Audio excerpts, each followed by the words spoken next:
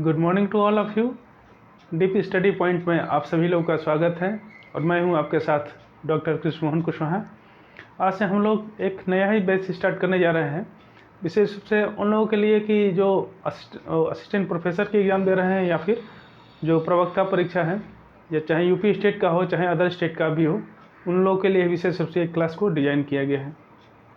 इसके अतिरिक्त ये लोग भी शामिल हो सकते हैं जो अदर स्टेट के पीजीटी की या टीजीटी की परीक्षा दे रहे हैं, जैसे केवीएस के हैं या फिर डीएसएसएसबी का है या फिर अन्य जो टीजीटी पीजीटी से परीक्षा संबंधित हैं, उनको लिए भी ये काफ़ी इम्पॉर्टेंट होगा। ठीक है। और विशेष रूप से इस पर ध्यान दिया गया है कि ये क्लास एक अपने आप में एक यूनिक क्लास होगा, क्योंकि जो क्लास में जो टॉपिक डिस्कस किया जाएगा, टॉपिक तो हालांकि पूरा ही डिस्कस किया जाएगा, लेकिन उन बातों को विशेष रूप से ध्यान दिया जाएगा कि जहाँ से प्रश्न ज़्यादा बनते हैं। ठीक है। तो ज़्यादा से ज़्यादा जो प्रश्न बनते हैं वहीं से क्वेश्चन को डिस्कस किया जाएगा। और ये क्लास में ये मानकर चला जा रहा है कि जो भी स्टूडेंट देख रहे हैं कम से कम एक बार पूरे सिलेबस को तो रिवाइज़ किया हो, या फिर वैसे भी स्टूडेंट इसमें शामिल हो सकते हैं कि जिसमें कम से कम 2-3 बार एग्ज़ाम दिए हो और 2-3 क्वेश्चन से हमेशा रुक जा रहे हैं। ठीक है, कहीं ना कहीं उसमें कमी रह जा रही है, तो उन्हीं लोगों को केवल सही ढंग से बेस से तैयार करने के लिए दिया जा रहा है कि ताकि वो 2-3 क्वेश्चन ना कम से कम 5-7 क्वेश्चन अधिक करे। जितना कट ऑफ जा रहा है, कट ऑफ से कम 5-7 क्वेश्चन अधिक हो जाए। ठीक है। तो ये क्लास के विशेष रूप से ध्यान दिया गया है। और दूसरा इस पर भी ध्यान दिया गया है कि जैसे कि जो क्लास चलेगा काफ़ी एडवांस तो चलेगा ही, और इसके साथ साथ फास्ट चलेगा बहुत ही, क्योंकि समय बहुत कम है। जैसे कि आप लोग को पता होगा कि जो सरकार द्वारा कमीशन पर दबाव दिया गया है कि जुलाई लास्ट तक या अगस्त फर्स्ट वीक तक परीक्षा करा लेने की तैयारी करें ये लोग। ठीक है। तो ये सरकार द्वारा दिया गया है, तो इसलिए टाइम हम लोग पास कम बच रहा है। अब अगस्त तक भी मान लीजिए तो कम से कम 3 महीने का टाइम बच रहा है, 2.5 से 3 महीने के बीच। तो हम लोग का जो क्लास चलेगा 2.5-3 महीना तक ही कोर्स को पूरी तरह से समाप्त करना है। ठीक है। तो इसी हिसाब से काफ़ी क्लास थोड़ा स्पीड में चलेगा, और चूँकि पूरा क्लास भी कवर करना है, पूरा कोर्स भी कवर करना है, तो इसलिए उन्हीं चीज़ों पर विशेष रूप से ध्यान दिया जाएगा जहाँ से क्वेश्चन आते हैं और जहाँ से क्वेश्चन गलती होने की संभावना ज़्यादा रहती है। ठीक है। और एक चीज़ इसमें रहेगा कि जो प्रश्न, कुछ विद्यार्थी ऐसे हैं, स्टूडेंट ऐसे हैं, चाहे ज़्यादातर के साथ ऐसे ही होता है कि कुछ क्वेश्चन आदमी जानते रहते हैं, इसके बावजूद भी क्वेश्चन गलत करके चला आता है। ठीक है। तो इस पर भी ध्यान दिया गया कि बार बार वहाँ पर इंडिकेट कर दिया जाएगा कि यहाँ से क्वेश्चन कैसे आते हैं और गलत होने की क्या संभावना रहती है। ठीक है। और उसके साथ साथ जो सबसे लास्ट में प्रश्नों को, जो जितने भी प्रश्न आए हैं, चाहे टीजीटी पीजीटी में आए हैं, चाहे असिस्टेंट प्रोफेसर की परीक्षा में है, चाहे आरपीएससी हो, चाहे एमपीसीएस का जो असिस्टेंट प्रोफेसर का परीक्षा है, उन सभी क्वेश्चनों को तो एक बार थोड़ा सा टच किया जाएगा या उसको स्वरूप देखा जाएगा कि किस ढंग से क्वेश्चन आ रहा है। ठीक है। इसमें तो पूरा क्वेश्चन को सॉल्व कराना संभव नहीं है इस क्लास में, क्योंकि उसके लिए एक अलग से बैच ले लिया जाएगा केवल जिसमें उसमें क्वेश्चन ही सॉल्व कराना हो। ठीक है। इस बैच में केवल क्वेश्चन का जो स्वरूप है उसका डिस्कस किया जाएगा कि क्वेश्चन क्या क्या पूछा गया है, और हम लोग जो टॉपिक डिस्कस कर रहे हैं उसके अंतर्गत वो क्वेश्चन शामिल हो जा रहा है या नहीं आ रहा है। ठीक है। या क्वेश्चन उसमें से मिल जा रहा है कि नहीं मिल रहा है। ठीक है। इस पर भी ध्यान दिया गया है। और विशेष रूप से उन लोगों के लिए तो एक बार जो क्वेश्चन बार बार गलत कर रहे हैं उन लोगों के लिए थोड़ा सा ध्यान देने की आवश्यकता है। हालांकि कुछ सामान्य जो क्वेश्चन है गलती इसलिए हो जाते हैं कि हम लोग जो क्वेश्चन का टिक लगाते हैं वो सही ढंग से नहीं लगाते हैं, थोड़ा जल्दीबाजी में लगाते हैं, तो प्रश्न देखते नहीं हैं। ठीक है। ऐसे मिलाते जाते हैं कि ये कभी, ठीक है, पहला कभी तीसरा के सी ऐसे करके चलते हैं, इसमें से ऊपर नीचे कभी हो जाते हैं। इस वजह से भी कई बार क्वेश्चन गलती हो जाते हैं। इसके साथ साथ उसमें एक क्वेश्चन लिखा रहता है, क्वेश्चन आता है कि क्या इसमें से असत्य नहीं है। ठीक है।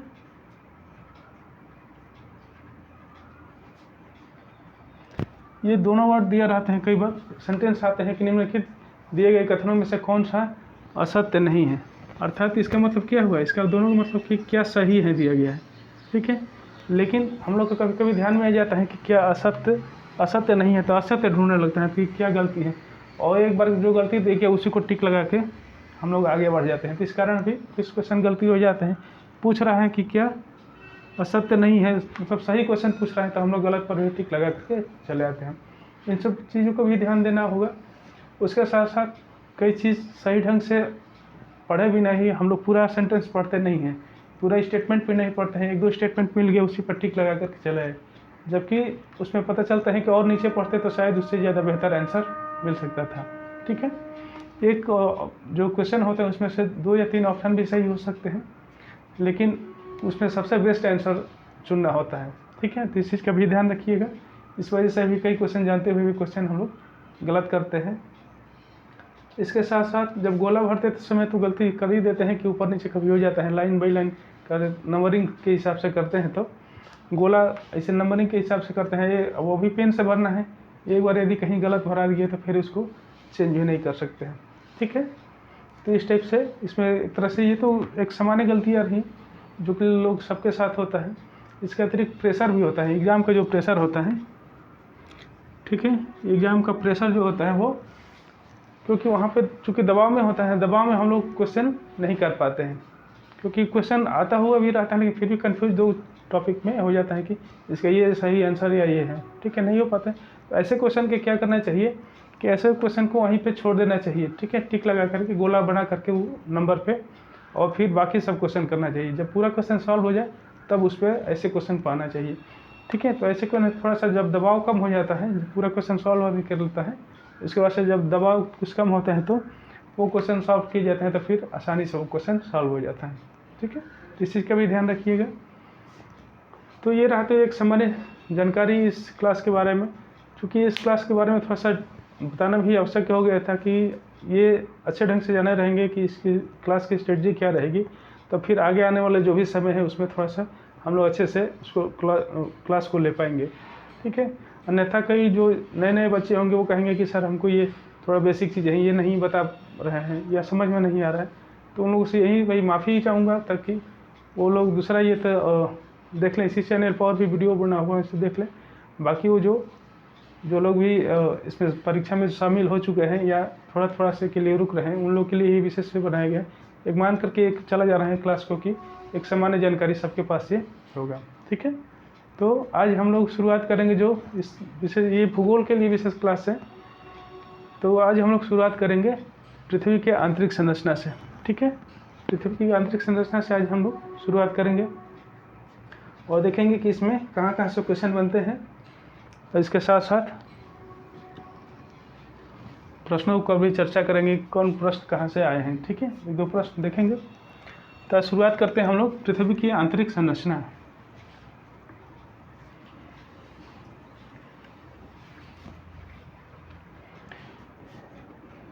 जैसे कि हम लोग जानते हैं कि पृथ्वी की आंतरिक संरचना, एक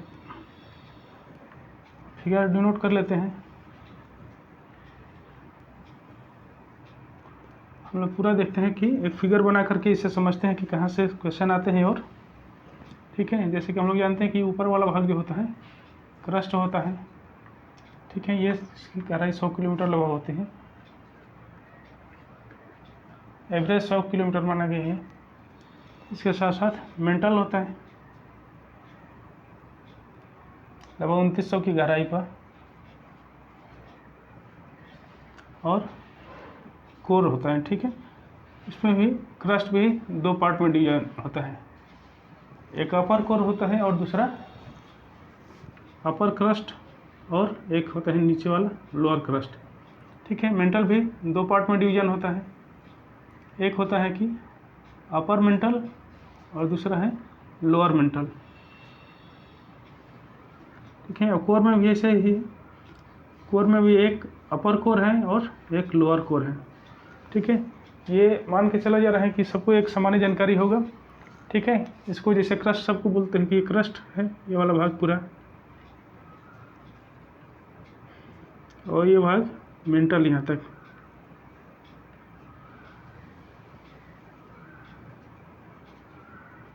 ठीक है, ये भाग यहाँ तक कोर। इसके घनत्व देख लेते हैं, घनत्व कितना होता है। 2 तरह से क्वेश्चन पूछा जाता है, घनत्व से पूछा जाएगा और एक दूसरा इसकी गहराई भी कभी कभी पूछा जाता है। ठीक है, तो गहराई एक सामान्य गहराई जान गए हैं हम लोग, ये गहराई लगभग 1000 किलोमीटर पर होता है, और ये गहराई 50 तक होता है। ठीक है,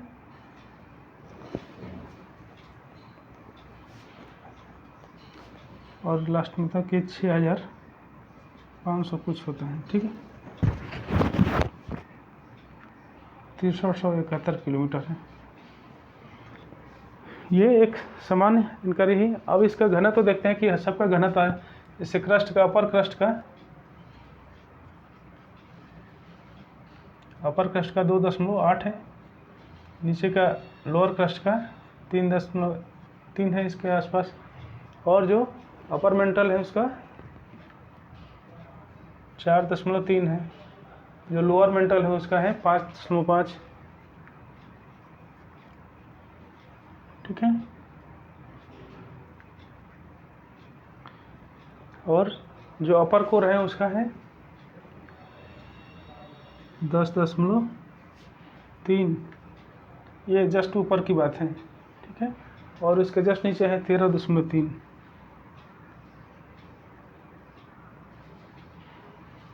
कोर का हो जाता है 13.6 हो जाता है, लगभग 13 के आसपास। ये जरूरी नहीं है कि एकदम एक्यूरेट ही याद करना है, लगभग क्वेश्चन भी पूछा जाएगा तो इतना एक्यूरेट नहीं पूछा जाएगा। 1-2 नंबर, जैसे यहाँ पे 5.5 तो 5.6 भी हो सकता है। ये 2.8 कहेगा तो जरूरी नहीं कि 2.8 ही हो, थोड़ा सा एक पॉइंट इधर उधर भी चल सकता है, ठीक है। तो ये एक सामान्य जानकारी है। अब इसको कभी कभी क्वेश्चन पूछा जाता है कि 2 तरह से क्वेश्चन पूछा जाता है। एक तो घनत्व तो पूछा जाएगा, घनत्व का है। दूसरा ये कितने इसकी दूरी पूछी जाएगी, ठीक है। इसकी गहराई कितने पे है, क्रस्ट की गहराई कितनी है, मेंटल की गहराई कितनी है, अपर मेंटल की या लोअर मेंटल की गहराई कितनी है। और दूसरा जो क्वेश्चन पूछा जाता है वो पूछा जाता है दोनों के बीच में, सभी के बीच में असंबद्धताएँ पाई जाती हैं, ठीक है। सभी लोग जानते हैं कि असंबद्धताएँ जितने भी जहाँ पे डिसकंटिन्यूटी है, ठीक है, वहीं पे असंबद्धताएँ, इनका नाम पूछा जाता है, ठीक है। तो नाम हम लोग देख लेते हैं। जो अपर कोर और लोअर के बीच में पाई जाती हैं उसका क्या नाम है, कॉनरॉड,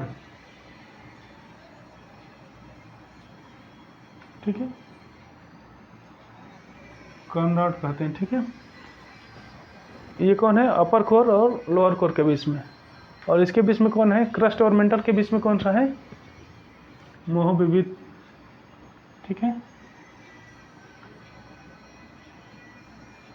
मोहविसिक,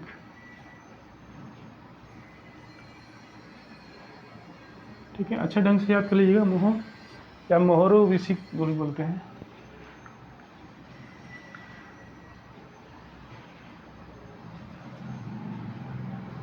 मोहरोविसिक असंबद्धता, ठीक है। और अपर मेंटल और लोअर मेंटल के बीच में कौन सा मिलता है, रेपाती, ठीक है। ये अच्छे ढंग से याद कर लीजिएगा। इसका क्रम पूछा जाता है, एक बार इसका भी क्रम पूछा जाता है, क्रस्ट मेंटल कोर का, और इसका भी क्रम पूछा जा सकता है कभी कभी, या दोनों में से दे देगा कौन, दोनों में से दोनों के बीच में होता है, ठीक है। इसको रेपाती बोलते हैं। और मेंटल और कोर के बीच में कौन सा पाया जाता है, गुटेनबर्ग, ठीक है।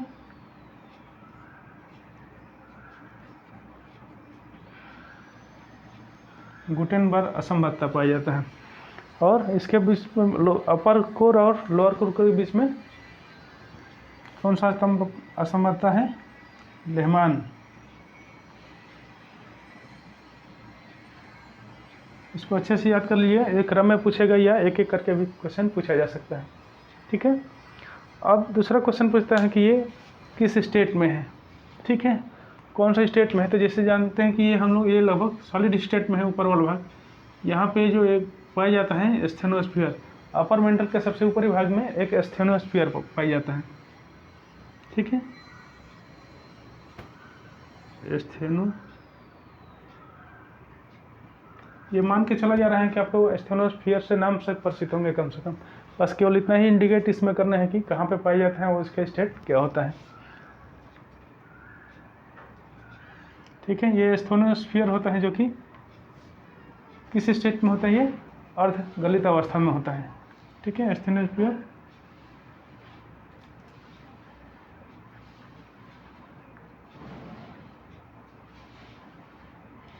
या इसको सेमी सॉलिड भी कर सकते हैं, ठीक है। ये काफ़ी तप्त होता है, तापमान को एक बार क्वेश्चन पूछा जाता है, और ये बाकी ये सॉलिड स्टेट में होता है दोनों, ठीक है। यहाँ भी ठोस अवस्था में होता है। ये अपर कोर है, अपर कोर द्रवित अवस्था में होता है, ठीक है।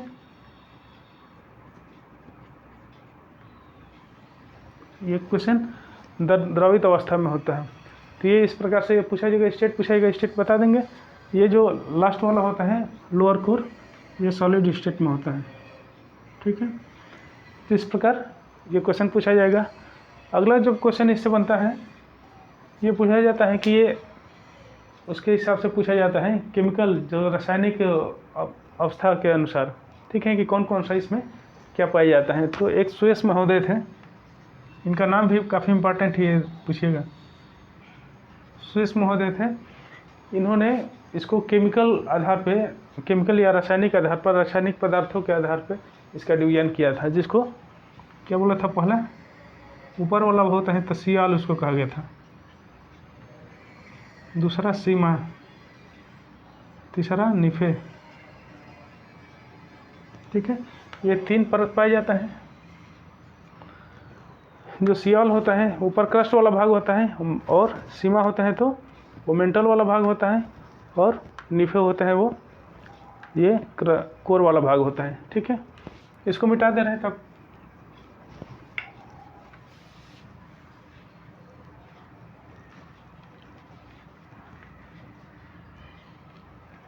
हम लोग यहाँ पे इसको देखेंगे, इसको ये सियाल है, ठीक है।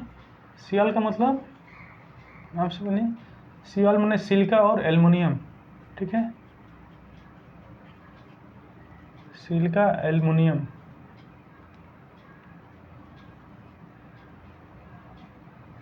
ठीक है, सियाल बना होता है।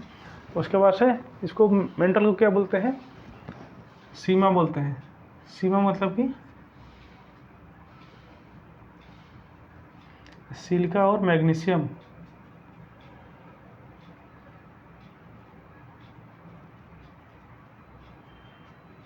ठीक है। और इसको क्या बोला जाता है, निफे। निफे यानी निकिल और फेरस मतलब लोहा, ठीक है। ये इसके आधार पर, रासायनिक आधार पर इसका डिवीजन किया जाता है। यहाँ से भी क्वेश्चन पूछा जाता है। कभी कभी पूछा जाता है किसने रासायनिक आधार पर इस पृथ्वी के आंतरिक संरचना को बटा है, ठीक है। तो ये स्टेज में हमें याद रखिएगा, ये कई बार क्वेश्चन पूछा जा चुका है। अगला जो क्वेश्चन बनता है, ये पूछा गया कि एस्थोनोस्फीयर जो ऊपरी क्रस्ट है, स्थल मंडल किस पे, स्थल मंडल में कौन कौन सा भाग समाहित करते हैं, ठीक है।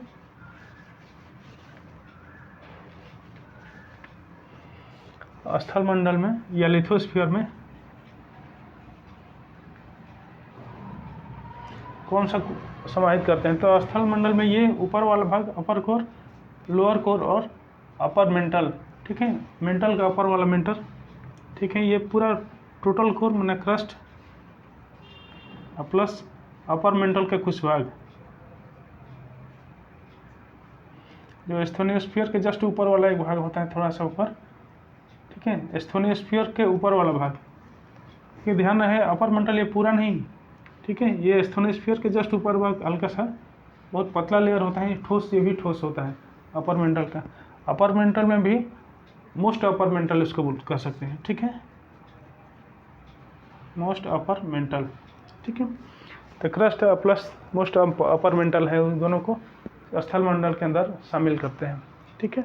एक क्वेश्चन पूछता है कि स्थल मंडल है किस चीज़ का बना होता है। तो स्थल मंडल है तो ग्रेनाइट का बना हुआ होता है, ग्रेनाइट का, ठीक है। और जो महासागरों के नीचे जो क्रस्ट होता है वो बेसाल्ट का बना हुआ होता है, ठीक है। इसका ध्यान रहेगा, जो महाद्वीपीय ग्रेनाइट होता है महाद्वीपीय क्रस्ट कहा जाता है, और ये महासागरीय, ठीक है। इसको भी ध्यान रखिएगा।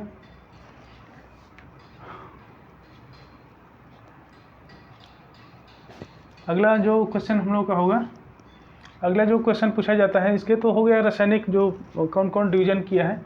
इसके अतिरिक्त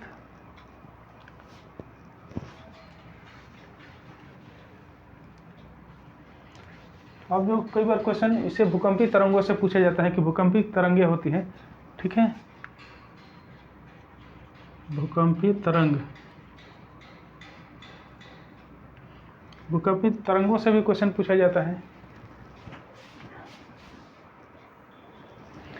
भूकंपी तरंगों मतलब 3 तरंगे हम लोग मुख्य रूप से, हालांकि तरंगे तो यदि सूक्ष्म रूप से देखा जाए तो कई तरंगे हैं, लेकिन हम लोग 3 तरंगों के बारे में बात करते हैं, पी, एस और एल वेव, ठीक है। तो इनके बारे में हम लोग जान लेते हैं। जो पी तरंगे होती है, पी वेव होती है, इसको प्राथमिक तरंगे कहते हैं, ठीक है। प्राथमिक तरंगे भी इसको कहते हैं, इसके साथ साथ इसको अनुप्रस्थ तरंगे भी कहते हैं, ठीक है।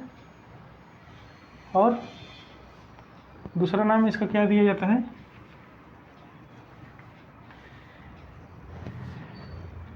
अनुप्रस्थ तरंगे। उसके बाद इसको संपीड़ित तरंगे भी कहा जाता है,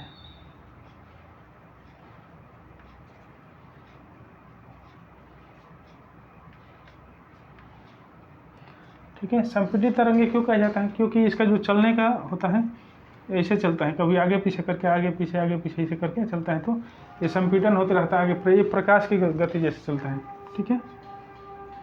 सॉरी, ध्वनि की तरंग, जैसे ध्वनि होता है आगे पीछे करके चलता है, तो इसको ध्वनि तरंगों के ही तरह चलता है, ठीक है। तो इसीलिए इसको संपीड़ित तरंगे भी कहा गया है। और इसकी विशेषता ये होता है कि ये ठोस, द्रव व गैस में भी चलता है, ठीक है। हालांकि गैस में इतना घनत्व तो कम हो जाता है कि वहाँ पे नगण्य ही माना जाता है। जैसे कि हम लोग जानते हैं कि जो जितने भी तरंगे होती हैं, ये तरंगे हैं, ये सभी घनत्व के अनुसार चलते हैं। घनत्व जितना ज़्यादा रहेगा उतना स्पीड इसका ज़्यादा हो जाएगा, घनत्व कम रहेगा तो इसका घनत्व कम हो जाएगा, ठीक है, स्पीड कम हो जाएगा। तो इसको भी ध्यान रखिएगा। ये चाल, इसके चाल या वेग कहिए, इस पर निर्भर है, किसके अनुपात होता है, घनत्व के, ठीक है। घनत्व के ये समानुपाती होते हैं, अर्थात घनत्व बढ़ेगा तो चाल, ये इसकी वेग बढ़ जाएगा, ठीक है। और दूसरा है एस वेव। एस वेव का क्या खासियत है, इसको द्वितीयक तरंगे कहा जाता है,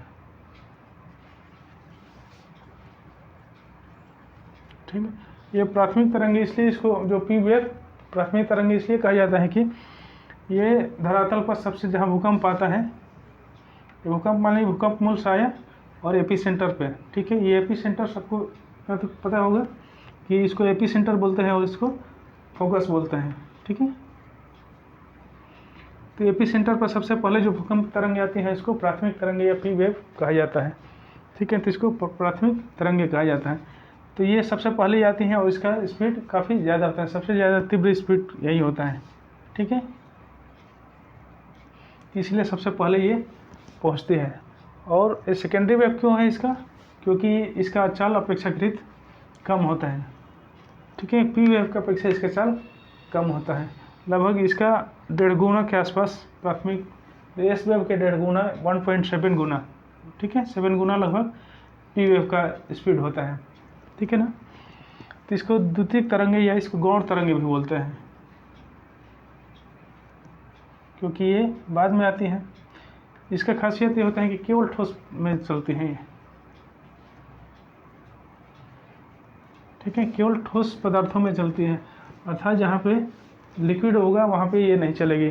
जब ये भूकंपी मापी यंत्र द्वारा मापा जाता है तो पता चलता है कि जिस भाग में नहीं चली है तो अनुमान लगाया जाता है उसी आधार पर कि ये गलित अवस्था में वो भाग होगा, ठीक है, वहाँ पे जहाँ पे इस तरंगे नहीं मिल रही, ठीक है। और ये अनुदैर्ध्य तरंगे कहा जाता है इसको, सॉरी अनुप्रस्थ। ये अनुदैर्ध्य तरंगे ये है, ठीक है। ये अनुप्रस्थ तरंग है, ये अनुदैर्ध्य तरंगे होगी।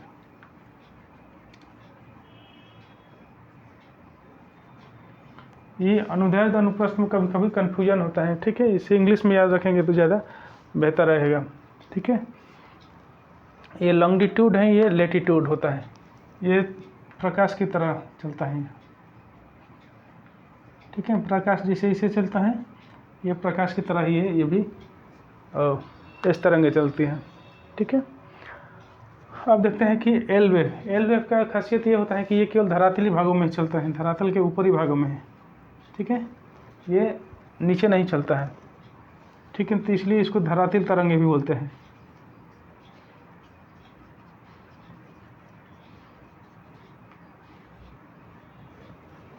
इसको धरातली तरंगे भी इसीलिए इसको कहा जाता है। इसका स्पीड सबसे कम होता है। ठीक है, चाल इसका सबसे कम होता है। ये सबसे बाद में आती है, लेकिन सर्वाधिक विनाशकारी यही तरंगे होती हैं।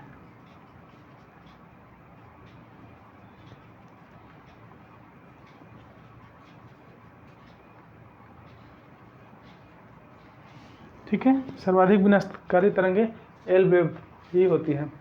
ठीक है, तो इस चीज़ को भी ध्यान रखिएगा। और एक क्वेश्चन बनता है, ये तो तरंगों से हो गया, तरंगों से तो याद रहेगा ही।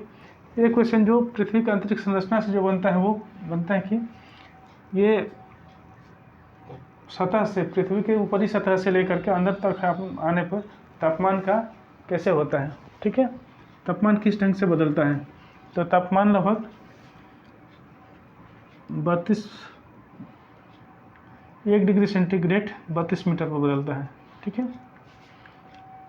1 डिग्री सेंटीग्रेड 32 मीटर गहराई, 32 मीटर गहराई जाएगा तो तापमान 1 डिग्री कम होगा। या फिर यदि 2 या 3 डिग्री सेंटीग्रेड कितने पर बदलेगा, 100 मीटर पर बदलेगा, 100 मीटर पर ये परिवर्तित होता है।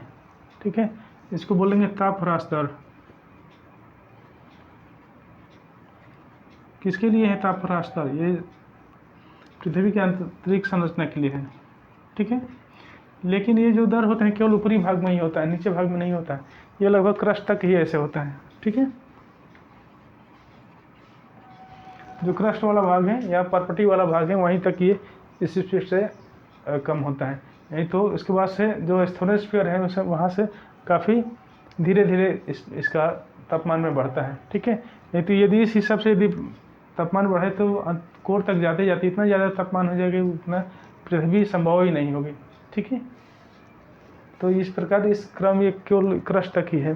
ठीक है, एक थोड़ा सा हम लोग और देख लेते हैं कि जो ऊपरी तापमान कैसे होता है।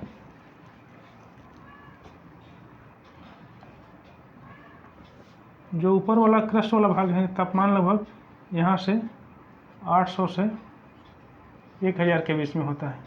ठीक है, तापमान जो कि 800 से 1200 तक ये लगभग होता है। ठीक है, 800 से 1200 तक यहाँ तक। और जो स्ट्रेटोस्फीयर है, स्ट्रेटोस्फीयर में तापमान काफ़ी ज़्यादा बढ़ जाता है। ये जो अपर वाला मेंटल वाला भाग है वहाँ से 20 से 2 से 3000, ये वाला भाग है 2000 से 3000 डिग्री सेंटीग्रेड इसका तापमान हो जाता है। ठीक है, 2000 से 3 डिग्री सेंटीग्रेड तापमान हो जाता है, जबकि कोर तक आते आते लगभग 3700 हो जाता है। यहाँ पर नीचे लगभग 3700 डिग्री सेंटीग्रेड। ठीक है, ये 3000 से भी अधिक हो जाता है। सामान्य रूप से मेंटल का ये माना जाता है कि 2000 से 3000 पाया जाएगा। और ये कोर वाला भाग है। ठीक है, ये मेंटल का है, ये कोर वाला भाग होगा। कोर वाला भाग में तापमान और भी ज़्यादा बढ़ जाता है, जो कि 4300 के आसपास हो जाती है। यहाँ पर 4300 डिग्री, जबकि यहाँ पे आते थे लगभग 5000 के आसपास हो जाएगा। ठीक है,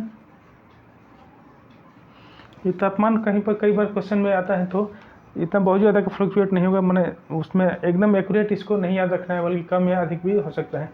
कहीं कहीं पे ये कम भी मिलेगा, कहीं पे अधिक भी मिलता है। ठीक है, ये कोर वाले भाग में। तो इस प्रकार ये तापमान से भी संबंधित क्वेश्चन पूछेगा।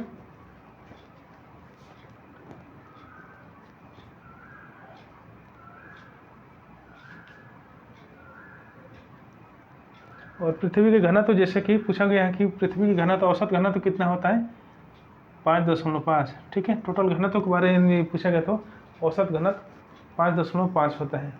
ठीक है, तो ये रहा इसके संबंधित तापमान से संबंधित। अब हम लोग देखते हैं एक क्वेश्चन आता है इससे, एक क्वेश्चन आता है कि वो क्रस्ट में तत्व कौन कौन से तत्व हैं। ठीक है, ये तत्व से क्वेश्चन आता है, तो तत्व में सर्वाधिक क्रस्ट में एक ध्यान रखेगा और पूरी पृथ्वी में। ठीक है, समझ में आ रहा है ना कौन सा? क्रस्ट वाले जो ऊपर वाला भाग है। ठीक है, यह जो ऊपर वाला भाग है इसमें कौन कौन सा सर्वाधिक तत्व पाया जाता है, क्रम पूछेगा। और एक बार पूछेगा ऑल ओवर पृथ्वी में, पूरे पृथ्वी में कौन कौन सर्वाधिक तत्व आते हैं, तो ये भी क्वेश्चन पूछा जाता है। ठीक है, तो इसको भी लिख लीजिए कहीं। ऑक्सीजन होता है, केवल क्रस्ट की बात कर रहे हैं, ऑक्सीजन होता है ये 46.8% होता है। ठीक है, उसके बाद से जो सिलिका होता है ये 27.7% होता है। ठीक है, सिलिका, ठीक है, 27.7% होता है, जबकि एल्युमिनियम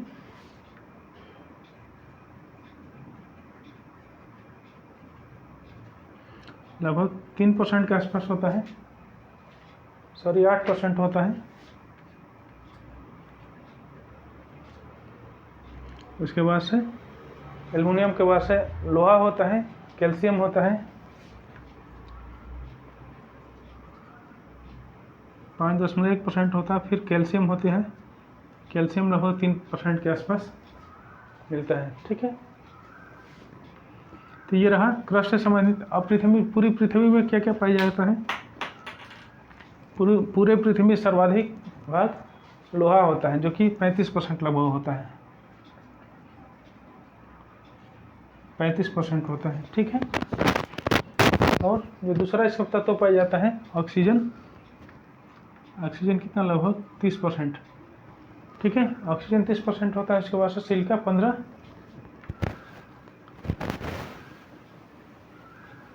15% और